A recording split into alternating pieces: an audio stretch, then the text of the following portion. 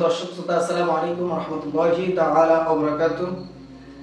দেশ প্রবাস দূরে ও কাছে যে যেখান থেকে আমাদেরকে দেখছেন সকলকে মোবারকবাদ জানিয়ে আজকে আমরা অত্যন্ত একটি গুরুত্বপূর্ণ বিষয় নিয়ে আলোচনা করছি, তা হচ্ছে বদর। বদর দ্বিতীয় হিজরি 17 রমজান এই বদর দিবসটি শুক্রবার অনুষ্ঠিত হয়। বদর দিবসটি সংগঠনের কারণ আল্লাহ পাক রব্বুল আলামিন নবী রাহমাতুল লিল আলামিন নবীকে আল্লাহ রাব্বুল আলামিন পাঠিয়েছেন তার ধর্ম দ্বীনকে প্রচার করার জন্য। সেই লক্ষ্যে রাহমাতুল লিল আলামিন নবী যখন মক্কাতে ইসলাম প্রচার করা শুরু করলেন, কুরাইশগণ নবী পাক সাল্লাল্লাহু তাআলা আলাইহি সাল্লামকে অনেক অত্যাচার করেছেন, নিপীড়ন করেছেন। তাদের এই নিপীড়ন আল্লাহ রাব্বুল আলামিন পছন্দ করে নাই, তাই রাহমাতুল লিল আলামিন নবীকে মদিনায় হিজরত করার আদেশ করলেন। রাহমাতুল লিল আলামিন নবী যখন মদিনায় গেলেন, মানুষ আমার নবী রাহমাতুল লিল আলামিনের কথা শুনে ওনার আচার আচরণে বিমোহিত হয়ে তারা ইসলাম ধর্ম গ্রহণ করছে, ইসলামের ছায়াতলে আসছে। এই দেখে কুরাইশদের মধ্য থেকে যারা আবু জাহেল, উতবা, শাইবা তারা এগুলো পছন্দ করেনি। তারা খুব প্রতিশোধ পরায়ণ হয়ে পড়েছে। বদর যুদ্ধের মধ্যে রাসূল পাক সাল্লাল্লাহু তাআলা আলাইহি ওয়াসাল্লামের অসংখ্য মুআজিজা প্রকাশ পেয়েছিল। তার মধ্যে একটি মুআজিজা হলো খাদেমে রাসূল সাল্লাল্লাহু তাআলা আলাইহি ওয়াসাল্লাম হযরত আনাস রাদিয়াল্লাহু তাআলা আনহু থেকে একখানা হাদিস। তিনি বলেন, বদরের প্রান্তে যখন আল্লাহ নবী রাহমাতুল লিল আলামিন নবী উপস্থিত হওয়ার পরে সাহাবীদেরকে নিয়ে আমার নবী রাহমাতুল লিল আলামিন বদরের প্রান্তে ঘুরার পরে আমার নবী রাহমাতুল লিল আলামিন নবী সাহাবীদেরকে বললেন যে ডাক দিয়ে দিলেন যে এখানে আবু জাহেল, এখানে অমুক, এখানে অমুক, তারা জাহান্নামে চলে যাবে, তারা হত্যা হয়ে যাবে। এটা আমার নবী রাহমাতুল লিল আলামিন নবী যুদ্ধের আগেই বলে দিলেন। হযরত আনাস রাদিয়াল্লাহু তাআলা আনহু বলেন, আল্লাহর কসম যে আমার নবী রাহমাতুল লিল আলামিন নবী যুদ্ধের আগে যেই জায়গাগুলোকে চিহ্নিত করেছিলেন কে কোন জায়গায় শহীদ হবে, যখন যুদ্ধ শেষ হলো আমরা গিয়ে দেখি আমার নবী রাহমাতুল লিল আলামিন যেই জায়গার কথা বলেছেন সেই জায়গার মধ্যে তারা হত্যা হয়েছে, তারা ওইখান থেকে জাহান্নামে চলে গিয়েছে।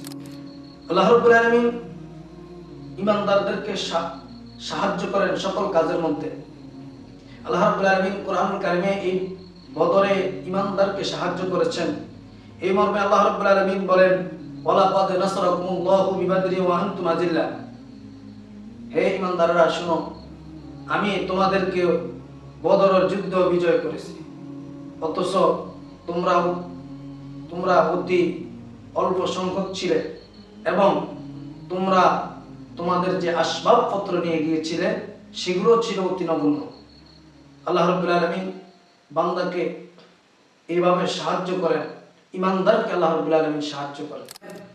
যুদ্ধের মধ্যে সমপক্ষ না হলে, একজন আরেকজনের সমান না হলে যুদ্ধ পরাজয় এটা নিশ্চিত। ইহুদিরা যুদ্ধ করার জন্য তাদের সৈন্য সংখ্যা 1000 ছিল এবং তাদের উট ছিল 170টি, তাদের ঘোড়া ছিল 100টি।